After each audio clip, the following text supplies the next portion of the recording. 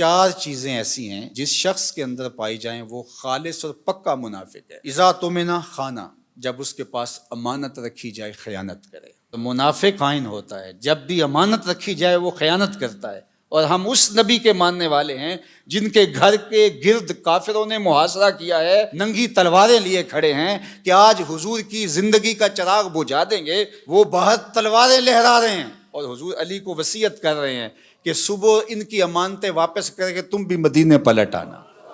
ہم اس نبی کے ماننے والے ہیں، تو کس طرح ہم امانت میں خیانت کر سکتے ہیں؟ اس شخص کا دین ہی نہیں ہے جس کے پاس امانت نہیں ہے، اور امانت صرف مال کی نہیں ہے۔ المجالس بالامانہ، اگر کسی مجلس میں کوئی ایسی بات ہوئی ہے تو وہ مجلس تک رہنی چاہیے، باہر اس کو مشتہر نہ کیا جائے، بلکہ تم سے کوئی شخص بات کرے اور بات کرتے ہوئے دائیں بائیں دیکھے تو اس کا مطلب یہ ہے کہ وہ ڈر رہا ہے کہ کوئی اور نہ سن لے، تو اس بات کو بھی آپ امانت کے طور پہ اپنے پاس رکھنے کے پابند ہیں، اس لیے کہ اس نے آپ پر اعتماد کیا اور اس نے آپ کو بتائی اور آپ نے اس کی تشہیر کر دی، تو پھر یہ بدترین صورتحال ہے۔ تو فرمایا مومن کی کیا شان ہے کہ وہ امانت دار ہوتا ہے، اور منافق کی پہلی علامت کیا بتائی؟ اذا تمنا خانہ، جب اس کے پاس امانت رکھی جائے تو وہ خیانت کرتا ہے۔ واذا حدث کذب، اور جب وہ بولتا ہے جھوٹ ہی بولتا ہے۔ مومن کا جھوٹ سے تعلق کیا؟ مومن تو سچ کا خوگر ہے، مومن کی زبان سے تو خیر پھوٹے گی، سچائی پھوٹے گی، جھوٹ کیسے پھوٹ سکتا ہے؟ اور ایک حدیث میں آیا، حضور نے فرمایا الا انبئکم باکبر الکبائر، میں تمہیں بڑے بڑے گناہوں کی خبر نہ دوں؟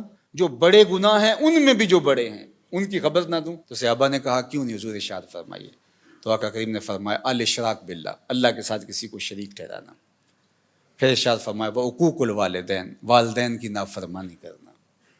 وجلس وکانا متکئا، تیسری چیز بیان کرنے کے لیے حضور ایسے ٹیک لگائے بیٹھے تھے، حضور نے ٹیک چھوڑ دی، بات کی اہمیت کو اور اجاگر کرنا تھا، اور پھر حضور نے فرمایا الا وقول الزور، الا وقول الزور، الا وقول الزور، اور جھوٹ بولنا، جھوٹ بولنا، جھوٹ بولنا۔ پہلے تو ٹیک چھوڑی، اور پھر حضور اتنی بار یہ لفظ بولا کہ صحابہ کہتے ہیں کہ ہمیں بار بار آ رہا تھا کہ حضور اب سکوت اختیار فرما لیں، ہمیں بات کی اہمیت کی سمجھ آ گئی، لیکن حضور بار بار کہتے تھے الا وقول الزور، الا وقول الزور، اور شہادت الزور کے لفظ بھی، جھوٹی گواہی دینا اور جھوٹ بولنا، تو یہ جھوٹ اتنی بری بات ہے، اور ہم سمجھتے ہیں کہ یہ فن ہے، جھوٹ نہ بولیں تو سودا ہی نہیں بکتا۔ میں کہتا ہوں جاپان والوں کا کیسے بک جاتا ہے، پوری دنیا بیچ رہی ہے، ہمارا نہیں بکتا۔ ہم پھر سودا نہیں بیچ رہے، ہم جھوٹ بیچ رہے ہیں، جو بیچیں گے کمائی بھی پھر اس کے مطابق ہوگی۔ تو فرمایا جب بولے جھوٹ بولے، یہ منافق کی علامت بتائی گئی۔